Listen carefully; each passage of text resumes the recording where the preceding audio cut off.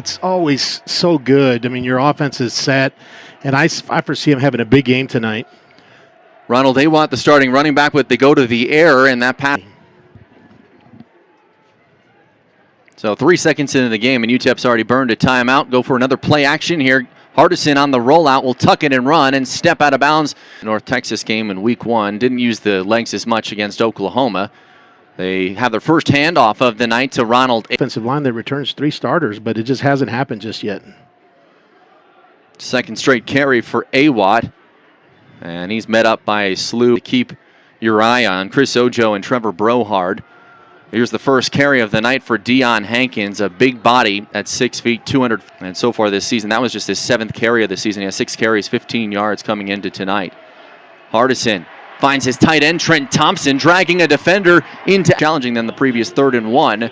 And the first catch of the season for Trent Thompson. And I like what Gavin Hardison did there. He started feeling the quarterback clock going off and to stay ahead of the sticks and get in positive first and second down situations. Pickup of 20 yards to set up that first down. Here's Awatt with a little more running room off a sore spot coming into tonight. They were just 12 of 33, just 36%. That pass is deflected. Downs, Aggies have had a hard time stopping on 3rd down, giving up 61% of 3rd downs, and it looks like another one here of the game here for UTEP. That play's busted from the start, so Hardison's going to try and make something out of it. And he's very good point, Eric. Everything slows down for you as you get more experience, and that was a big part of experience right there, not making a mistake. Hankins with a little cutback Thursday. Jerry Kill challenging his defensive line this week, saying they need to play lower. Awatt gets the carry, trying to find the outside, and he's taken down. And it looks like the offense will stay out on the field for 4th and 3, although that was a loss of 1, so it'll make it. They'll call it no gain, so still loss. Cyrus Dumas, one of the returners for this Aggie defense. Here's 4th down. And the pass is caught by Ray Flores for the first down, and he's short. They're not afraid to try and run the football, knowing they'll go for it on 4th down. Awatt lowers the shoulder, but he's met up nicely. One of 2 linebackers, him and Trevor Brohard. That snap a little bit high. Hardison able to handle it. Kind of botches the play. Now he throws one into the end zone. It was open. Couldn't hook it up with Ray Flores in the end zone. And you know what, Eric? It's so important, even though it's off by a yard or 2 one way or another. And now it's 3rd and 9, so a 3rd and long. Hardison with time. Lots of time. Now the play breaking down.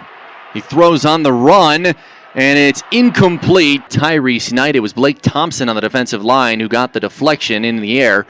And now the Miners take over 1st and 10. Little dump off to James Tupou and a late flag. Gavin Frakes, and then a tip pass interception, followed by a personal foul penalty. And the Miners are already up near midfield. And Awatt's got a seam racing down the sideline inside the 30, and he's red zone.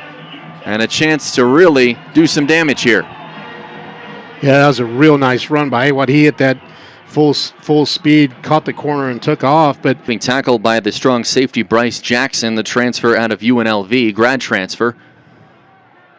We'll see what the Miners can do here with Awatt breaking a couple of after contact, able to get some extra yards. Yeah, well, good point, Derek. That's a really good run. That's a tough run. It's not always going to be clear. So a missed tackle, and it ends up being a gain of 7, 2nd and 3. Now here's Hankins with some space, and he tries to bowl over a couple of Aggies top of your screen. Give it back to Hankins, who drops the football, although it's on the turf. A huge, costly turnover, likely taking points off the board for UTEP. You know, again, it just looks like the 10-yard penalty as well. With 20 seconds left in this first quarter, the Miners starting the offense at the 23-yard line. Hardison with a long throw across the field to Flores. Felt like it took forever to get the experience on that offensive line, but perhaps that part of the reason. Hardison on the keeper, then slings it out to Ty. He had a career-high 8 catches for 71 yards in Norman last week. He's got 15 for 198. Consistently from anybody. Pocket collapsing on Hardison. Goes to the safety valve. Awatt makes the first man miss. Cuts it to the outside across the 40. And Surge happens when you get experience like that. Going into your 3rd year, you know everything.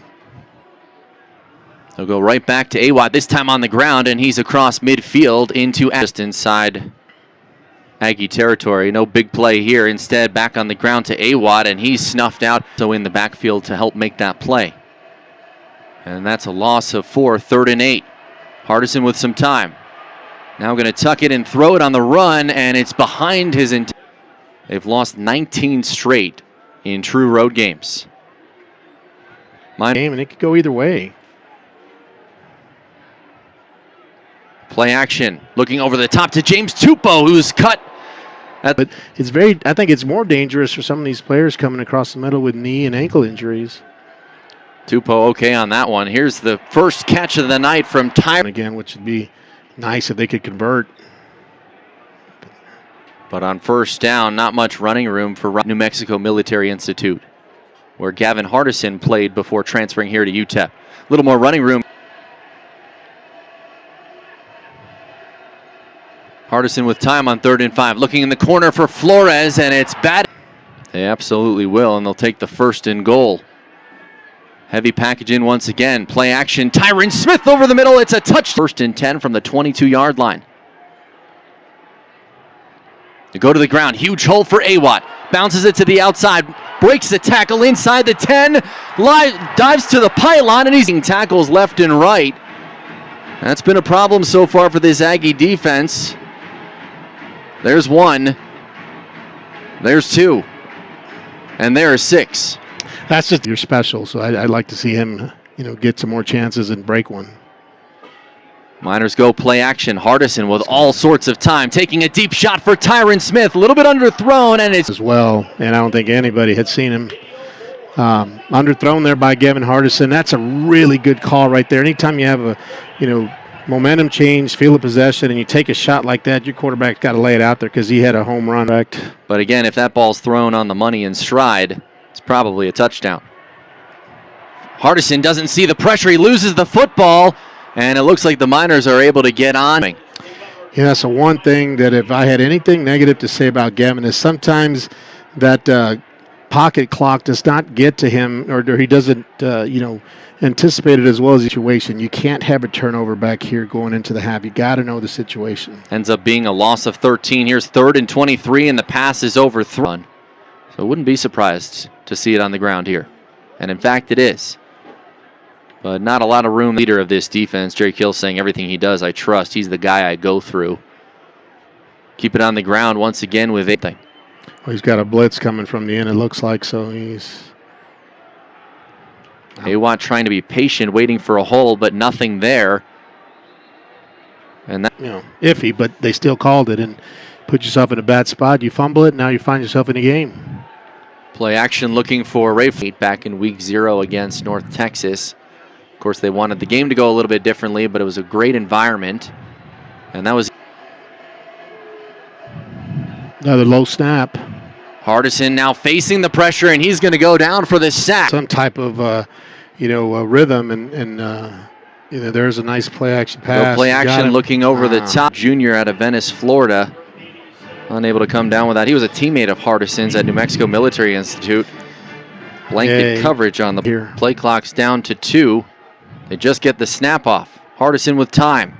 Trying to find a soft spot over the middle. Was looking for Tyron. Yeah, you put yourselves in 3rd and 10. Eric, do you know the conversion rate, percentage, successful rate for an offense to complete a 3rd and 10? Miners were 2 for 2 on the first drive on 3rd down conversions. Now 3 of 9 for the game, though. And that one is off the hands of Smith. And well, they like to stay in the air here and skipped it by his feet. Yeah, it wasn't a very good throw by Gavin. Usually he's pretty accurate. So now 2nd and 10. This time they keep it on the ground. Awatt following a blocker, has some room up across the 30-yard line. The football, they finally get back to the ground game, and look at this patient running, following the right tackle. Awatt following the lead of Jeremiah Byers, who was pulling. A nice block by Smith that we want to do. He's going to throw it here, there. They find the connection with Smith. Breaks a tackle across midfield inside the 45. Laufenberg, and that's what it says on the back of his jersey, too, instead of his last name. So he throws one to the outside. It's caught by Ray Flores. Broadcast with the Dallas Cowboys. Well, follow him on Twitter. I was talking about the son while he was here. He was just a great kid. Instead, transfer and go back closer to home in Arizona, where he has a young son.